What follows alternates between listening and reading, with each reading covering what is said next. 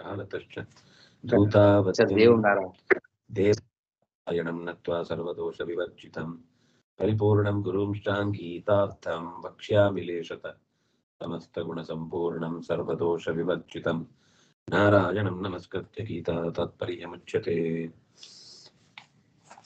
ಯದಾ ಹಿನೇಂದ್ರಿಯಾರ್ಥೇಷು ನ ಕರ್ಮಸ್ವನುಷಜ್ಯತೆ ಸರ್ವಸಂಕಲ್ಪ ಸನ್ಯಾಸಿ ಯೋಗಾರೂಢಸ್ತದೋಚ್ಯತೆ.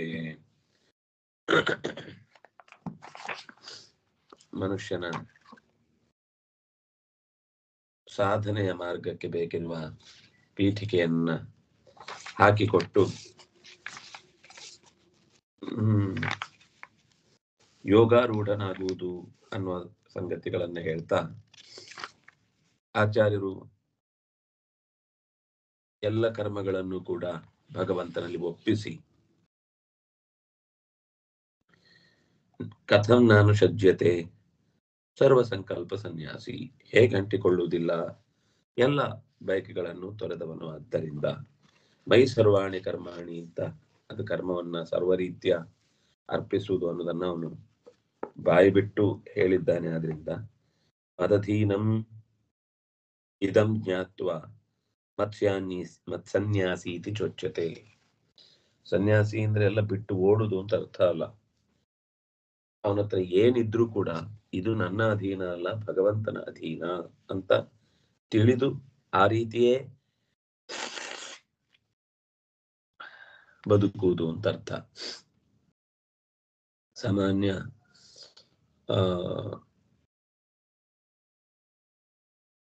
ವಸ್ತುಗಳನ್ನ ನಾವು ಬಿಟ್ಟಿದ್ದೇವೆ ಅಂತ ಅಂದುಕೊಂಡ್ರು ಕೂಡ ಅದು ಒಳಗಿನಿಂದ ಮನಸ್ಸಿನಲ್ಲೇ ಕೂತಿರುತ್ತೆ.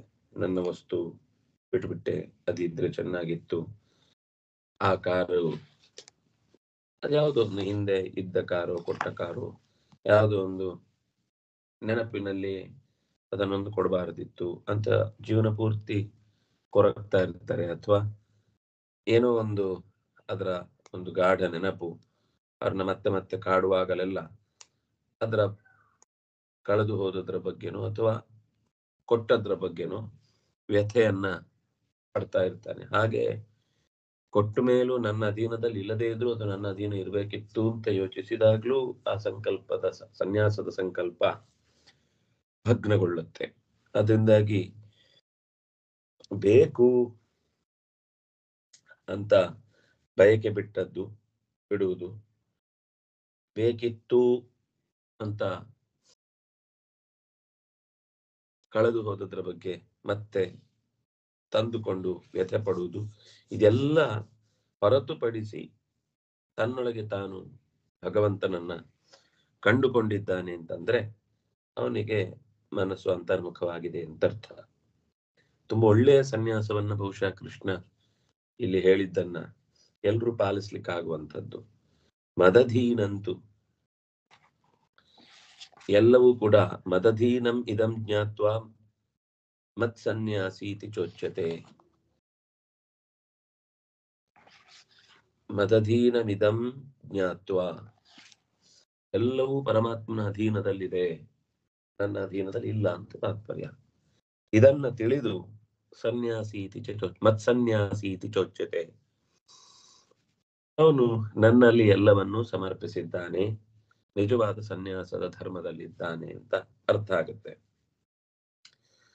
ಯಾವಾಗ ಮನಸ್ಸು ಇಂದ್ರಿಯಾರ್ಥಗಳಲ್ಲಿ, ವಿಷಯ ಪದಾರ್ಥಗಳಲ್ಲಿ ಅಥವಾ ಅನಗತ್ಯವಾದ ಚಟುವಟಿಕೆಗಳಲ್ಲಿ ತೊಡಗುವುದಿಲ್ಲವೋ ಅದು ಮನಸಾ ನಾನು ಸಜ್ಜತೆ. ಮತ್ತೆ ಒಳಗಿನಿಂದಲೇ ಒಂದು ಖುಷಿ ಕೊಡುವ ಸಂಗತಿ ಇದೆ ಅಂತ ಅವನು ಕಾಣ್ತಾನೆ. ಯಾವುದೋ ಒಂದು ದಿವ್ಯವಾದ ಗಂಧವನ್ನ ಅನುಸರಿಸಬಹುದು, ಆಘ್ರಾಣಿಸಬಹುದು, ರೂಪವನ್ನ ಕಾಣಬಹುದು, ಸದ್ದನ್ನ ಕೇಳಬಹುದು. ಇದೆಲ್ಲ ಹೊರಗಿನ ವಿಷಯದ ಬಗ್ಗೆ ಏನೂ ಅಂಟಿಸಿಕೊಳ್ಳದೆ ದೂರ ಇದ್ದಾಗ ಒಳಗಿನಿಂದ ಬರುವ ಭಾವನೆಗಳು, ಕರ್ಮಗಳು, ವಿಷಯಗಳು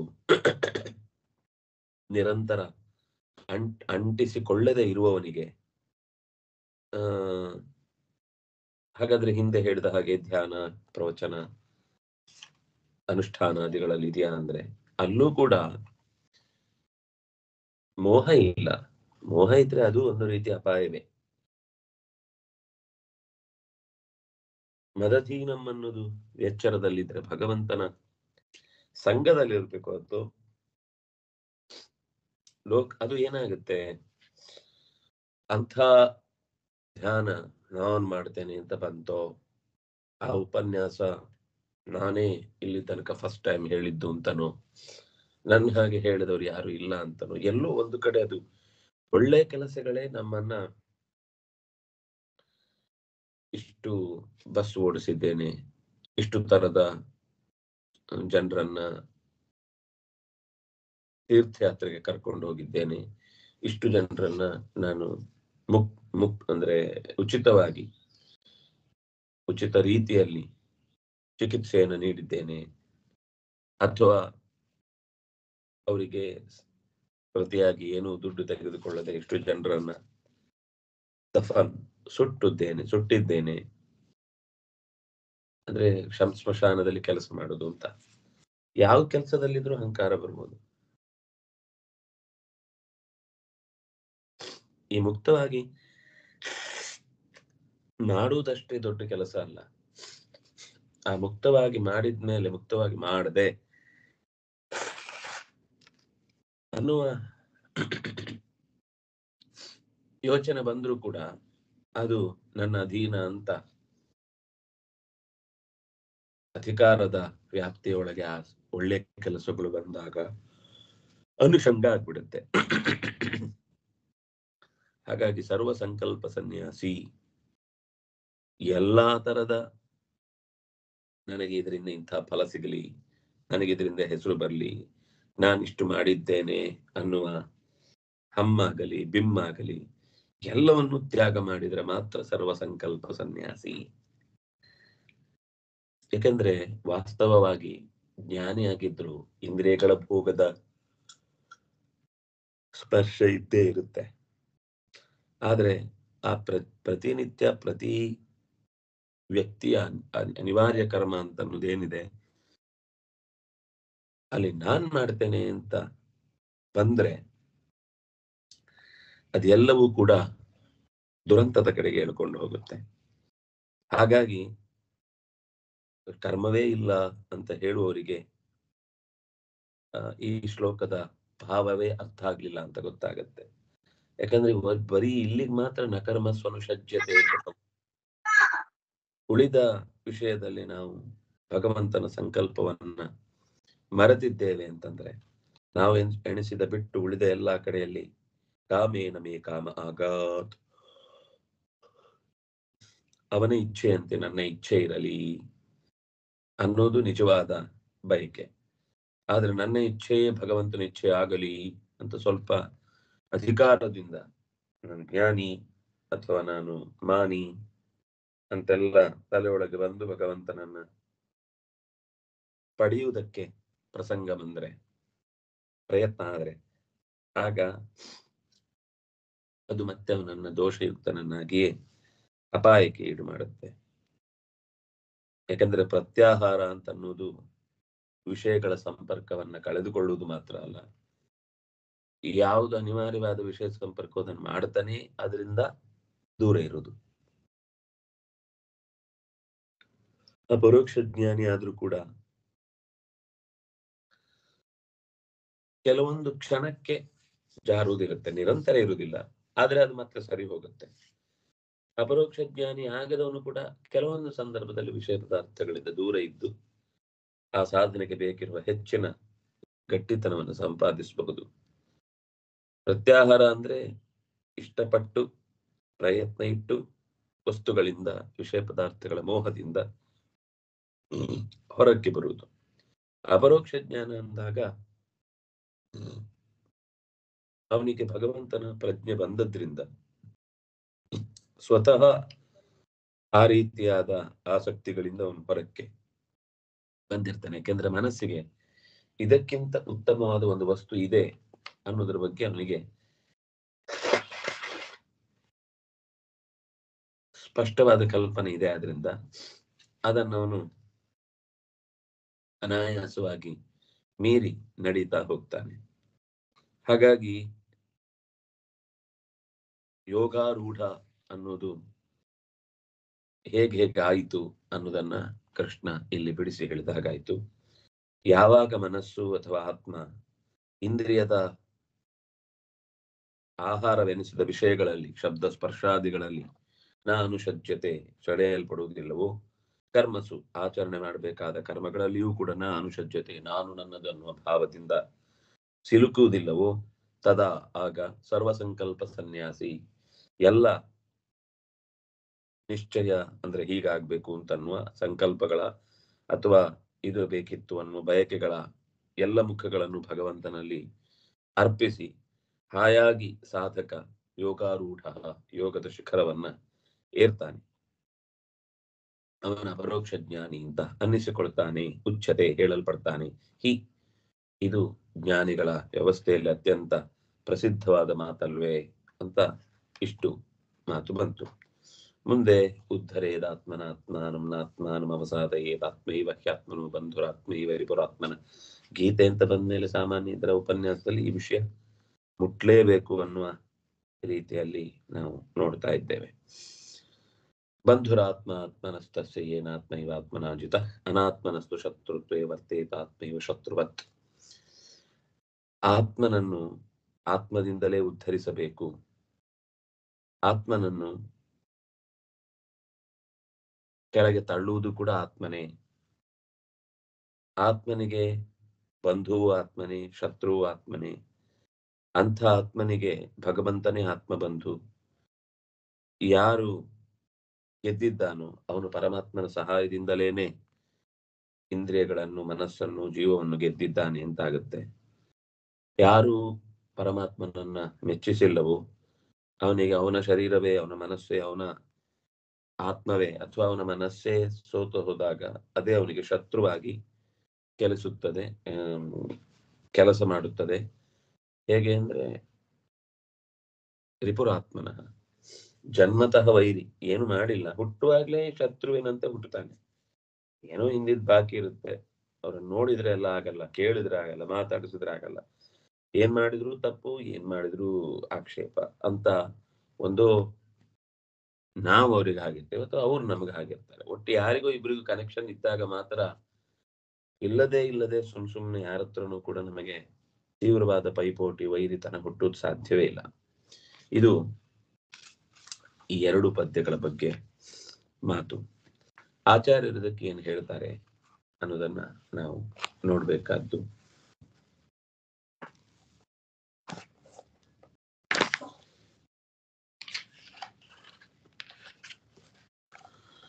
ನಚ ಯೋಗಾರೂಢಃ ಪ್ರಯತ್ನೇನ ಕರ್ತವ್ಯಃ ಇತ್ಯಾಹ. ಯೋಗಾರೋಹ, ಯೋಗದ ಮೇಲಿನ ಪ್ರಯಾಣ, ಯೋಗದ ದಾರಿಯ ಪ್ರಯಾಣ ಅಂತನ್ನೋದನ್ನ ಪ್ರಯತ್ನೇನ ಕರ್ತವ್ಯ, ತುಂಬಾ ಶ್ರಮ ಹಾಕಿ ಮಾಡಬೇಕಾದ್ದು. ಅದು ಸುಮ್ಮನೆ ಹೀಗೆ ಹೇಳಿದ್ದೆಲ್ಲ ಆಗುತ್ತೆ ಅನ್ನೋ ರೀತಿ ಅದನ್ನ ಎತ್ತರಕ್ಕೆ ಪ್ರಯತ್ನಿಸಿ ಇರಬೇಕು ಅನ್ನೋದಕ್ಕೋಸ್ಕರ ಉದ್ಧರೇದಾತ್ಮನಾತ್ಮಾನಂ ನಾತ್ಮಾನಂ ಅವಸಾದಯೇ ಆತ್ಮೈವ ಹ್ಯಾತ್ಮನೋ ಬಂಧುರಾತ್ಮೈವ ರಿಪುರಾತ್ಮನ ಅನ್ನುವ ಶ್ಲೋಕವನ್ನ ನಿರೂಪಣೆ ಮಾಡಿದ್ದು. ಕಸ್ಯ ಬಂಧು ಆತ್ಮ, ಯಾರಿಗೆ ಬಂಧು ಆತ್ಮ? ಆಹ ಬಂಧುರಾತ್ಮ, ಆತ್ಮ ಅಂದ್ರೆ ಮನಸ್ಸು, ಆತ್ಮನಃ ಜೀವಸ್ಯ, ಆತ್ಮ ಮನಸಃ ಬಂಧು. ಆತ್ಮನ ಮನಸ, ಆತ್ಮನ ಅಂದ್ರೆ ಮನಸ್ಸಿನಿಂದ,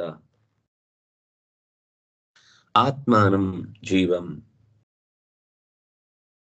ಅಂದ್ರೆ ಇಲ್ಲಿ ತುಂಬಾ ಆತ್ಮ ಶಬ್ದಗಳಿರುವುದರಿಂದ ಸ್ವಲ್ಪ ಕನ್ಫ್ಯೂಷನ್. ಆ ಕನ್ಫ್ಯೂಷನ್ ಅನ್ನ ತೆಗಿಲಿಕ್ಕೇನೆ ಕೃಷ್ಣ ಇಲ್ಲಿ ನಿರೂಪಣೆ ಮಾಡಿದ್ದು. ಮತ್ತೆ ಒಂದೊಂದು ಶಬ್ದವನ್ನ ಹೇಳಿದ್ದನ್ನ ಸಮಯ ಇಟ್ಟು ಗಮನ ಇಟ್ಟು ನೋಡಿದ್ರೆ ಆಚಾರ್ಯರು ಹೇಳಿದ ಮಾತು ಬಹಳ ಸಹಜವಾಗಿ ಬರುತ್ತೆ.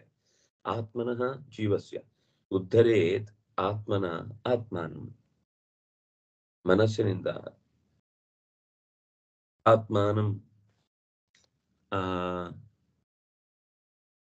ಜೀವನನ್ನು ಎತ್ತರಕ್ಕೆ ಏರಿಸಿಕೊಳ್ಬೇಕು. ಆತ್ಮನ ಬುದ್ಧಿಯ ಜೀವೇನೈವವ, ಮತ್ತೆ ಆತ್ಮೈವ ಹ್ಯಾತ್ಮನೋ ಬಂಧು, ಆತ್ಮೈವ, ಅಥವಾ ಅದನ್ನ ಇನ್ನೊಂದು ಸರ್ತಿ ಬುದ್ಧರೇದ ಆತ್ಮನ ಆತ್ಮಾನ, ಆತ್ಮನ ಅಂತಂದ್ರೆ ವಿವೇಕದಿಂದ, ಅಥವಾ ಕೆಲವೊಂದು ಸರ್ತಿ ಜೀವದ ಸಹಜ ಸ್ವಭಾವದಿಂದ, ಜೀವ ಸ್ವಭಾವದಿಂದ ಅದರ ಪ್ರಭಾವದಿಂದಲೇ ಮನಸ್ಸನ್ನು ಗೆಲ್ಲುವುದು ಸಾಧ್ಯವಾಗುತ್ತೆ. ಏನಂದ್ರೆ ಯೋಚನೆ ಮಾಡಿದಾಗಲೆಲ್ಲ ಸ್ವಭಾವಕ್ಕೆ ಮೀರಿದ, ನೆಕ್ಸ್ಟ್ ಪೇಜ್ ಅಲ್ಲೇ ಇದೆ, ಯಾಕೆ ಎಲ್ಲೆಲ್ಲೋ ಓಡಾಡ್ತೀರಿ, ಅಲ್ಲೇ ಇದೆ, ಮುಂದೆ ಮುಂದೆ ಮುಂದೆ ಮುಂದೆ ಮುಂದೆ, ಅಲ್ಲೇ ಕೆಳಗಿದೆ. ಬುದ್ಧರೇ ಬಂಧುರಾತ್ಮಾತ್ಮನಸ್ತಸ್ಯ. ಈ ಭಕ್ತಿ ಯಾಕೆ ಕೆಳಗೋದ್ರಿ? ಕಾಣಿಸಲ್ವ? ಓದುವಾಗ ಅಲ್ಲೇ ಇದ್ರೆ ಕಾಣಿಸಲ್ವಾ? ನಾನು ಫಸ್ಟ್ ಇಂದ ನೀವು ಓದ್ತಾ ಇದ್ದೇನೆ, ಮಧ್ಯದಿಂದ ಓದ್ತಿಲ್ಲ. ಅಲ್ಲೇ ಇದೆ ನೋಡಿ, ಸಚ ಯೋಗಾರೋಹ ಪ್ರಯತ್ನೇನ ಕರ್ತವ್ಯ ಇತ್ಯಾಹ ಉದ್ಧರೇದಿತ್ಯಾದಿನ. ಕಸ್ಯ ಬಂಧುರಾತ್ಮ, ಯಾರಿಗೆ ಬಂಧು? ಆತ್ಮ. ಮನಸ್ಸು ಯಾರಿಗೆ ಆತ್ಮ ಆಗುತ್ತೆ, ಬಂಧು ಆಗುತ್ತೆ? ಆಹ ಬಂಧುರಾತ್ಮಾತ್ಮನಸ್ತಸ್ಯ ಅಂತ. ಆತ್ಮ ಮನಃ, ಮೊದಲು ಬಂಧುರಾತ್ಮ, ಬಂಧು ಮನಸ್ಸು, ಮನಸ್ಸು ಬಂಧು ಆಗಿದೆ ಯಾರಿಗೆ? ಜೀವನಿಗೆ. ಉದ್ಧರೇದಾತ್ಮನ ಆತ್ಮಾನಂ ಅಂದ್ರೆ ಜೀವನನ್ನು. ಉದ್ಧರೇದಾತ್ಮನಾತ್ಮಾನಂ ನಾತ್ಮಾನಂ ಅವಸಾದಯೇತ್. ಆತ್ಮಾನಂ ಜೀವನಿಂದ ಅಥವಾ ಬುದ್ಧಿಯಿಂದ, ವಿವೇಕ ಪ್ರಜ್ಞೆ ಇದ್ದು ಕೂಡ ಜೀವನನ್ನು ಬಲಿ ಕೊಡಬಾರದು ಅಥವಾ ಉದ್ಧರಿಸಬೇಕು. ಆತ್ಮಾನಂ ಉದ್ಧರೇತ್. ಆತ್ಮೈವ ಹ್ಯಾತ್ಮನೋ ಬಂಧು, ಮನಸ್ಸೇ ಜೀವನಿಗೆ ಅತ್ಯಂತ ಬಂಧು.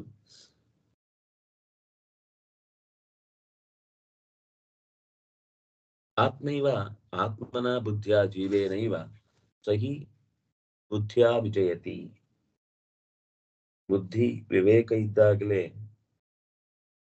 ಆತ್ಮನ ಬುದ್ಧಿಯಿಂದಲೇನೆ ಆತ್ಮಾನಂ ಜೀವನನ್ನು ಗೆಲ್ಲಿಸಬೇಕು.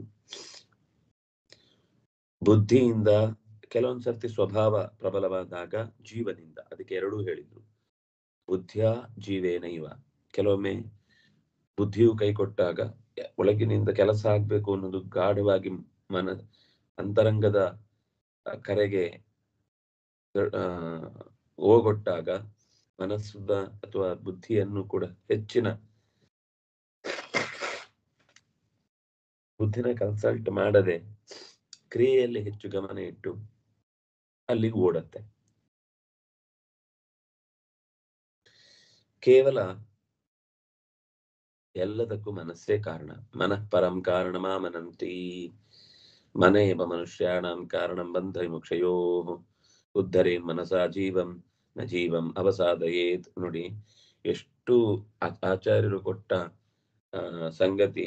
ಅದು ಸುಮ್ನೆ ಅವರ ಕಿಸೆಯಿಂದ ಅರ್ಥಗಳನ್ನೆಲ್ಲ ತೆಗೆದು ಹಾಕ್ಲಿಲ್ಲ ಅನ್ನೋದಕ್ಕೆ ಎಲ್ಲಕ್ಕೂ ಮಾತು ವೇದವ್ಯಾಸರದ್ದೇ. ಜೀವಸ್ಯ ಬಂಧು ಶತ್ರುಶ್ಚ ಮನೇವನ ಸಂಶಯ ಜೀವೇನ ಬುದ್ಧ್ಯಾ ಹಿ ಯದಾ ಮನೋಜಿತಂ ತದಾ ಬಂಧು ಶತ್ರುರನ್ಯತ್ರ ಕಸ್ಯ ತಥೋ ಜಯೇದ್ ಬುದ್ಧಿಬಲೋ ನರಸ್ತತ್ ದೇವೇ ಚ ಭಕ್ತ್ಯಾ ಮಧುಕೈಟಭಾರೋ ಇತಿ ಬ್ರಹ್ಮವೈವರ್ತೆ.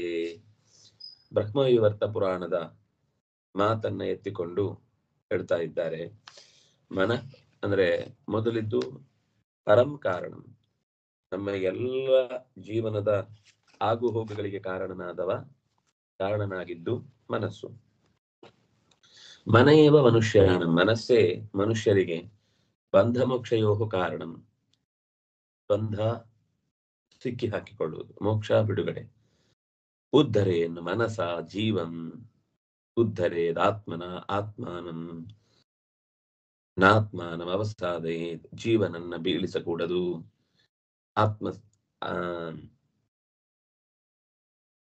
ಆತ್ಮೈವ ಹ್ಯಾತ್ಮನೋ ಬಂಧು ಜೀವಸ್ಯ ಬಂಧು ಶತ್ರುಶ್ಚ ವರ್ತೇತ ಆತ್ಮೈವ ಶತ್ರುವತ್.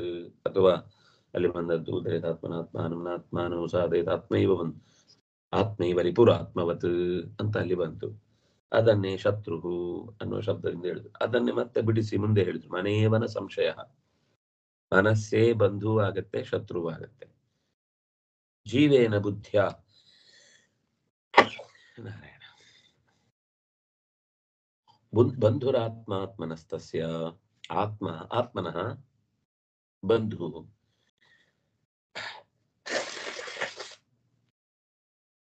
ಜೀವೇನ ಬುದ್ಧಿಯಾ ಹಿ ಯದಾ ಮನೋಜಿತಂ, ಆತ್ಮನ ಅಂದ್ರೆ ಜೀವದಿಂದ ಅಥವಾ ಬುದ್ಧಿಯಿಂದ ಮನಸ್ಸನ್ನ ನಿಯಂತ್ರಿಸಬೇಕು. ಮನಸ್ಸು ನೋಡಿ, ಅದು ಎರಡೂ ತರದ ಮುಖ ಹೇಳ್ತಾ ಇದೆ. ಮನಸ್ಸಿನಿಂದ ಜೀವವನ್ನ ಮೇಲಕ್ಕೆತ್ತಬೇಕು. ಈಗ ಹೇಳ್ತಿದ್ದಾರೆ ಬುದ್ಧಿಯಿಂದ, ಸ್ವಭಾವ ಸಹಜ ಆದ ಜೀವದಿಂದ ಮನಸ್ಸನ್ನ ಗೆಲ್ಬೇಕು. ಮನಸ್ಸು ಜೀವವನ್ನ ಎತ್ತರಕ್ಕೇರಿಸುತ್ತೆ, ಜೀವ ಮನಸ್ಸನ್ನು ಎತ್ತರಕ್ಕೇರ್ಲಿಕ್ಕೆ ಬೇಕಾಗಿರುವ ಇನ್ಸ್ಟ್ರೂಮೆಂಟ್ ತರ ಅದನ್ನು ಗೆಲ್ಲುತ್ತೆ.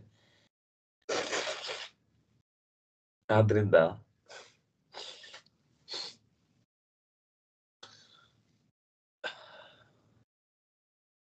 ಜೀವೇನ ಬುದ್ಧಿಯಾ ಯದಾ ಮನೋಜಿತಂ ತದಾ ಬಂಧು ಶತ್ರು ಅನ್ಯತ್ರ ಚ ಅಸ್ಯ. ಅನ್ಯತ್ರ ಶತ್ರು, ಬೇರೆದ್ದಕ್ಕೆ ಅದು ಶತ್ರು ಆಗತ್ತೆ. ಅಥವಾ ಬುದ್ಧಿಯಿಂದ ಜೀವನನ್ನ, ಮನಸ್ಸನ್ನ ನಾವು ಪ್ರಚೋದಿಸ್ಲಿಲ್ಲ, ಸರಿಯಾಗಿ ಗೆಲ್ಲಿಲ್ಲ ಅಂದ್ರೆ ಅದೇ ಶತ್ರುವಾಗಿ ನಮ್ಮನ್ನ ನೂಕುನುಗ್ಗಲು ಮಾಡಿ ಅವ್ಯವಸ್ಥೆ ಮಾಡುತ್ತೆ. ಆದ್ರಿಂದಾಗಿ ತತಃ, ಆದ್ದರಿಂದ ಜಯೇತ್ ಬುದ್ಧಿ, ಬುದ್ಧಿಬಲ, ಬುದ್ಧಿಬಲದಿಂದ ಕೂಡಿದ ನರ ಅಂದ್ರೆ ಜೀವ, ತದ್ದೇವೇಚ ಭಕ್ತ್ಯ ಮಧುಕೈಟಭಾರೋ, ದೇವನಲ್ಲಿ ಅನನ್ಯವಾದ ಭಕ್ತಿ ಮಾಡಿ. ಎಂತ ದೇವನಲ್ಲಿ? ಮಧುಕೈಟಭಾರಿಯಾದ ದೇವನಲ್ಲಿ. ಮಧು ಕೈಟಭ, ಕಠಿಣತೆ ಮತ್ತು ಕ್ರೌರ್ಯ, ಈ ಎರಡು ಭಾವಗಳು ವಿಷ್ಣುವಿನಿಂದ ಹತರಾದದ್ದನ್ನು ಚಿಂತಿಸಿ ಮನಸ್ಸಿಗೂ ಕೂಡ ಅಂಥದ್ದೊಂದು ಮದ ಮತ್ತು ಕ್ರೌರ್ಯ, ಇದೆರಡರಿಂದ ಹೊರಗೆ ಬರಬೇಕು ಅಂದ್ರೆ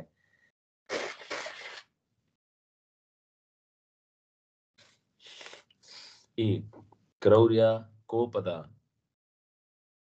ಪ್ರಾಡಕ್ಟ್, ಮದ ಬಯಕೆಗಳ ಪ್ರಾಡಕ್ಟ್. ಬಯಸಿದ್ದೆಲ್ಲ ಸಿಕ್ಕಿ ಸಿಕ್ಕಿ ಸಿಕ್ಕಿ ಸಿಕ್ಕಿ ಮದ ಬರುತ್ತೆ. ಕೋಪ ಬಂದಾಗ ಅದನ್ನು ಸಹಿಸ್ಲಿಕ್ಕಾಗದೆ ಕ್ರೌರ್ಯ ಬರುತ್ತೆ. ಅಂತ ಕ್ರೋಧ ಮತ್ತು ಅದು ಮದ ಮತ್ತು ಕ್ರೌರ್ಯಗಳಿಗೆ ಕಾರಣವಾದ ಮನಸ್ಸಿಗೆ ವಿವೇಕದಿಂದಲೇನೆ ಅಥವಾ ಜೀವದ ಸಹಜ ಸ್ವಭಾವದಿಂದಲೇನೆ ನಿಗ್ರಹವನ್ನ ತಂದುಕೊಳ್ಬೇಕಾಗತ್ತೆ. ಅಲ್ಲಿ ಭಕ್ತಿ ಮಾಡುವುದೇ ಬಹಳ ಮುಖ್ಯ. ಭಗವಂತನಲ್ಲಿ ಅನನ್ಯವಾದ ಭಕ್ತಿ ಮಾಡಿದಾಗ ಬುದ್ಧಿಗೆ ಬಲ ಬರುತ್ತೆ, ನರ ಸಶಕ್ತನಾಗ್ತಾನೆ, ಆಗ ಮನಸ್ಸು ಹಿಡಿತಕ್ಕೆ ಬರುತ್ತೆ. ಇದು ಬ್ರಹ್ಮವೈವರ್ತ ಪುರಾಣದಲ್ಲಿ ಬಂದ ಮಾತು. ಅನಾತ್ಮನಸ್ತು ಶತ್ರುತ್ವೇ ವರ್ತೇತಾತ್ಮೈವ ಶತ್ರುವತ್ ಅಂತ ಮತ್ತೆ ಮಾತು ಬಂತು. ಅನಾತ್ಮನಃ, ಅಜಿತಾತ್ಮನಃ ಅಂದ್ರೆ ವ್ಯಕ್ತಿಯ, ಅಜಿತ ಮನಸ್ಕಸ್ಯ ಎರಡೂ ಅರ್ಥ ಆಗುತ್ತೆ. ಅನಾತ್ಮನಸ್ತು ಅಂದ್ರೆ ಜೀವವನ್ನು ಅವನು ಗೆಲ್ಲಿಲ್ಲ, ಮನಸ್ಸಂತೂ ಅವನನ್ನ ಗೆಲ್ಲಿಕ್ಕೆ ಬಿಡ್ಲಿಲ್ಲ. ಅನಾತ್ಮನಸ್ತು ಸದಾ ಮನೋನುಪಕಾರಿ ಇತಿ ಅನಾತ್ಮ. ಅನುಪಕಾರಿ ಮನಃ ಅನಾತ್ಮ. ಸದಪಿ, ಸಾತ್ವಿಕವಾಗಿ ಇದ್ರೂ ಕೆಲವೊಂದ್ಸರ್ತಿ ಉಪಕಾರ ಮಾಡ್ಲಿಲ್ಲ ಅಂದ್ರೆ ಅದು ಅನಾತ್ಮ ಆಗುತ್ತೆ. ಸನ್ನಪಿ ಭೃತ್ಯೋ ಯಸ್ಯನ ಭೃತ್ಯ ಪದೇ ವರ್ತತೆ ಸಹಿ ಅಭೃತ್ಯ. ಒಬ್ಬ ಸೇವಕ ಇದ್ದಾನೆ, ಅಗತ್ಯದ ಯಾವ ಕೆಲಸಕ್ಕೂ ಸಿಗಲ್ಲ, ಅವನು ಭೃತ್ಯ ಅಂತ ಆಗ್ತಾನ. ಹಾಗೆ ಮನಸ್ಸು ಕೂಡ ನಿಜವಾಗಿ ಅದರಿಂದ ಉದ್ಧಾರ ಆಗ್ಲಿಕ್ಕೆ ನಮಗೆ ಅದೊಂದು ಇನ್ಸ್ಟ್ರೂಮೆಂಟ್.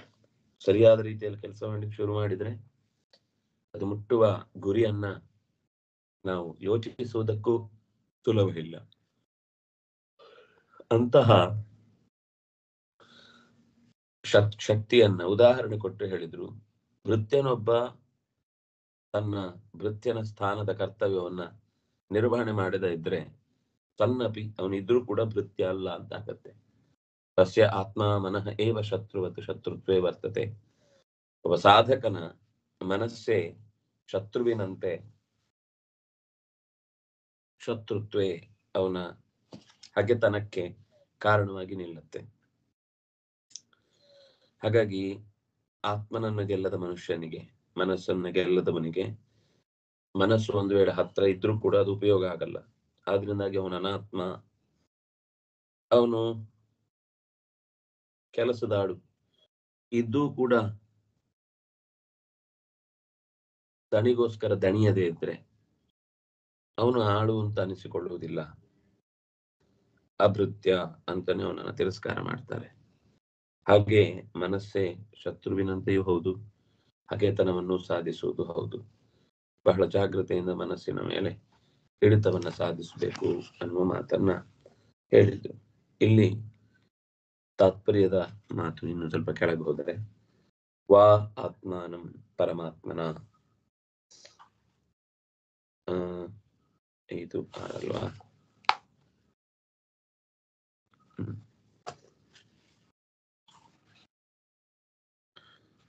ಸ್ವಲ್ಪ ಹಿಂದಿನ ಪದ್ಯದಲ್ಲಿ ಒಂದು ಶಬ್ದ ಇದೆ, ಉದ್ಧರೇತೈವ ಸಂಸಾರಾತ್ ಜೀವಾತ್ಮಾನಂ ಪರಾತ್ಮನ. ಸಂಸಾರದ ಜೀವಾತ್ಮನನ್ನು ಪರಮಾತ್ಮನ ಕರುಣೆಯಿಂದಲೇ ನಾವು ಮೇಲಕ್ಕೆ ಏರಿಸಬೇಕು. ಇಷ್ಟೆಲ್ಲ ಇದ್ದು ಕೂಡ ಭಗವಂತನ ಅನುಗ್ರಹ ಇಲ್ಲ ಅಂದ್ರೆ ಯಾವ ಮನಸ್ಸು ಕೂಡ, ಯಾವ ಆತ್ಮವೂ ಕೂಡ ಎತ್ತರಕ್ಕೆ ಬರ್ಲಿಕ್ಕೆ ಸಾಧ್ಯ ಇಲ್ಲ. ಅವನ ಕರುಣೆ, ಅದಕ್ಕೆ ಆತ್ಮನ ಅಂತಂದ್ರೆ ಅಲ್ಲೆಲ್ಲ ಜೀವ, ಪರಮಾತ್ಮ ಅಂತ ಅರ್ಥ ಆಗುತ್ತೆ. ಈಗ ಅಂದ್ರೆ 3 ಅರ್ಥದಲ್ಲಿ ತೆರೆಕೊಳ್ಳುತ್ತೆ ಆತ್ಮ ಶಬ್ದ. ಎಲ್ಲಿ ಮಾಡುತ್ತೋ ಮಾಡಿಸುತ್ತೋ ಅಂತನ್ನುವ ಚಟುವಟಿಕೆ ಬಂದಲ್ಲೆಲ್ಲ ಒಂದು ಮನಸ್ಸು, ಒಂದು ಬುದ್ಧಿ, ಒಂದು ಜೀವ, ಒಂದು ಆತ್ಮ, ಅದು ಕಾರ್ಯರೂಪಕ್ಕೆ ನಿಯಂತ್ರಣಕ್ಕೆ ಬರುವುದು ಅನ್ನುವ ಅರ್ಥದಲ್ಲಿದ್ದಾಗ ಮನಸ್ಸು ಚಟುವಟಿಕೆಗೆ ಬರುವುದಾಗುತ್ತೆ, ಜೀವವು ಕೂಡ ನಿಯಂತ್ರಣಕ್ಕೆ ಬರುವುದಾಗುತ್ತೆ. ಹೀಗೆ 2 ಮುಖಗಳ ಚಿಂತನೆಯಲ್ಲಿ ಸ್ವತಃ ಆತ್ಮ ಅಂದಾಗ ಮನಸ್ಸು ಆಗುತ್ತೆ, ಬುದ್ಧಿಯೂ ಆಗುತ್ತೆ, ಆತ್ಮನೂ ಆಗ್ತಾನೆ, ಪರಮಾತ್ಮನೂ ಆಗ್ತಾನೆ. ಎಲ್ಲಿ ಹಾಕ್ಬೇಕು ಅಂತ ಅನ್ನೋದು ಆಚಾರ್ಯರು ಅದಕ್ಕೋಸ್ಕರ ಬ್ರಹ್ಮ ವೈವರ್ತದ ಸಾಲನ್ನ ತೋರಿಸಿ, ಇದು ವೇದವ್ಯಾಸರ ಅರ್ಥ ಹೊರತು ನನ್ನ ಅರ್ಥ ಅಲ್ಲ, ಎಲ್ಲರೂ ನನ್ನನ್ನು ನಾನೇ ಉದ್ಧರಿಸಿಕೊಳ್ಬೇಕು, ನನ್ನ ಏಳಿಗೆಗೆ ನಾನೇ ಶಿಲ್ಪಿ ಅಂತೆಲ್ಲ ಇಲ್ಲಿನ ಸಾಲನ್ನ ತಮಗೆ ಬೇಕಾದಂತೆ ತಿರುಚಿಕೊಂಡು ಮಾತನಾಡುವಂತಹ ಪ್ರಸಂಗಗಳನ್ನು ನಾವು ನೋಡ್ತೇವೆ. ಮತ್ತೇನು, ವಿಷ್ಣುವೇ ಬಂಧು ಸಜ್ಜನರಿಗೆ. ಪರಮಾತ್ಮನ ಬಂಧುತ್ವ ಅನ್ನೋದು ಸಜ್ಜನರಿಗೆ ಅತ್ಯಂತ ಇಷ್ಟಕರವೂ ಹೌದು, ತೃಪ್ತಿಕರವೂ ಹೌದು, ಕಾರ್ಯಕಾರಿಯೂ ಹೌದು. ದುರ್ಜನರಿಗೆ ಅದೇ ಶತ್ರು. ಪರಾತ್ಮ ಯಸತಾಂ ಅರಿಹಿ, ಅಸತಾಂ ದುರುಳರಿಗೆ ಅರಿ. ತತ್ಪ್ರಸಾದ ಜಯ ಭಕ್ತ್ಯ ಜಿತೋ ಯಸ್ಯ ವಶೇತ್ವಿವ. ತತ್ಪ್ರಸಾದ ಜಯ, ತತ್ಪ್ರಸಾದದಿಂದ ಹುಟ್ಟಿದ ಭಕ್ತಿಯಿಂದ ಯಾರ ವಶದಲ್ಲಿ ಭಗವಂತ ಇರ್ತಾನೋ, ವರ್ತತೆ ತಸ್ಯ ಮಿತ್ರಂ ಸಹ ತದನ್ಯಸ್ಯ ಚ ಶತ್ರುವತ್. ಅವನು ಭಕ್ತರ ಮಿತ್ರನಾಗ್ತಾನೆ. ಇವನಿಗೆ ಶತ್ರುಗಳಾದವರೆಲ್ಲ ಇವನ ತಲೆಯಲ್ಲಿ ಒಂದು ಯೋಚನೆ ಇರ್ತೇವೆ, ನನ್ನ ಶತ್ರು ಆದ್ರೆ ಎಲ್ರಿಗೂ ಶತ್ರು ಆಗ್ಬೋದು. ಹಾಗಿರುವುದಿಲ್ಲ. ಭಗವಂತನಿಗೆ ಶತ್ರು ಆದ್ರೆ ಅವನು ಎಲ್ಲರಿಗೂ ಶತ್ರು ಆಗ್ತಾನೆ. ಯಾಕಂದ್ರೆ ದೇವರನ್ನೇ ಮೆಚ್ಚದವನು, ಒಪ್ಪದವನು ಅಂತ ಆಗುವ ಸ್ಥಿತಿಯಲ್ಲಿ. ಆದ್ರಿಂದಾಗಿ ಭಗವಂತ ಭಕ್ತರ ವಶದಂತೆ ವರ್ತಿಸ್ತಾನೆ. ಆದ್ರೆ ದೇವರ ಹತ್ರವನು ಎಲ್ಲವನ್ನು ಬೇಡಿಕೊಳ್ಳಿಕ್ಕೆ ಹೋಗುದೇ ಇಲ್ಲ, ಕಮ್ಮಿ ಮಾಡ್ತಾನೆ. ಯಾಕಂದ್ರೆ ಅವನು ಭಕ್ತರ ಮಿತ್ರ. ನಾವು ಕೇಳಿದಂತೆ ಇನ್ನೊಬ್ಬ ಎದುರಾಳಿಯೂ ಕೇಳಬಲ್ಲ. ಹಾಗಾಗಿ ಕೂಡ್ಲೆ ಈ ಘಟನೆಗೆ ಸಂಬಂಧವೇ ಇಲ್ಲ ಅನ್ನುವ ಹಾಗೆ ವರ್ತಿಸ್ತಾನೆ ಅಂತ ಪುರಾಣ ಹೇಳುತ್ತೆ. ಪರಮಾತ್ಮ ಸಮಾಹಿತ ಅನ್ನುವ ಈ ಮುಂದಿನ ವಾಕ್ಯಗಳಿಂದಲೂ ಕೂಡ ತುಂಬಾ ಸುಂದರವಾದ ಅರ್ಥವನ್ನ ಸ್ವೀಕರಿಸಲಿಕ್ಕೆ ಬರುತ್ತೆ.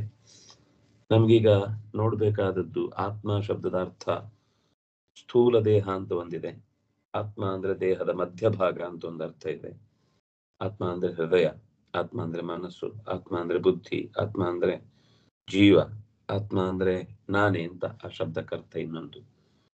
ನನ್ನನ್ನು ನಾನೇ ಉದ್ಧರಿಸಿಕೊಳ್ಬೇಕು. ಆ ನಾನು ಅನ್ನೋದು ಅಥವಾ ಜೀವ ಅನ್ನೋ ಅರ್ಥದಲ್ಲಿ ಬರ್ತದೆ. ಆದ್ರೆ ಅದು ಬಳಕೆಯಲ್ಲಿ ಆತ್ಮ ಅನ್ನೋ ಶಬ್ದ ಆತ್ಮಾನಂ ಬುದ್ಧಿಮತ್ತರಂ, ತನ್ನನ್ನು ತಾನು ಎಲ್ಲರಿಗಿಂತ ಜಗತ್ತಿನಲ್ಲಿ ಅತ್ಯಂತ ಬುದ್ಧಿವಂತ ಅಂತ ತಿಳ್ಕೊಳ್ತಾನೆ ಅಂತ ಮಹಾಭಾರತವೇ ಹೇಳುವ ಮಾತು.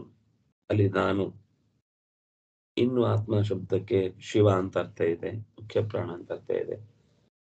ಸ್ವತಃ ಚತುರ್ಮುಖನಿಗೂ ಆತ್ಮ ಅಂತ ಹೆಸರು. ಪರಮಾತ್ಮನಿಗಂತೂ ಆತ್ಮ, ಅಂತರ್ಯಾಮಿ, ಅಮೃತ ಅನ್ನೋ ಶಬ್ದ ಮತ್ತೆ ಲೋಕದಲ್ಲಿ ಚೆನ್ನಾಗಿ ಬಳಕೆಗೆ ಬರುತ್ತೆ. ಅದರಲ್ಲಿ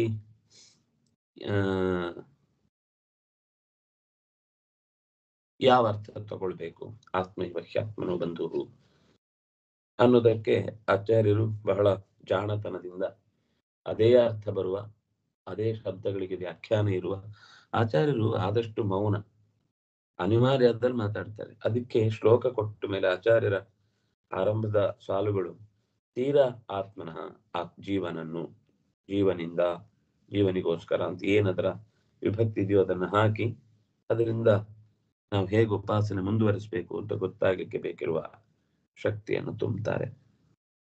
ಚೇತನವನ್ನ ಮೇಲಕ್ಕೆ ಎತ್ತಲಿಕ್ಕೆ ನಮಗೆ ಜಡಭೂತವಾದ ಮನಸ್ಸೇ ಕಾರಣ.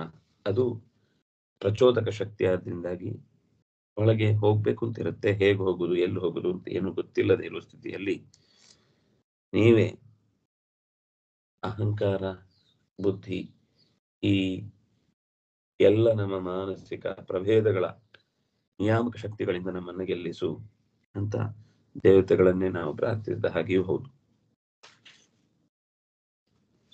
ಶ್ರೀ ಹರಿಪ್ರಿಯತಾಂ ಶ್ರೀ ಕೃಷ್ಣ ಅರ್ಪಿತಂ ಅಸ್ತು.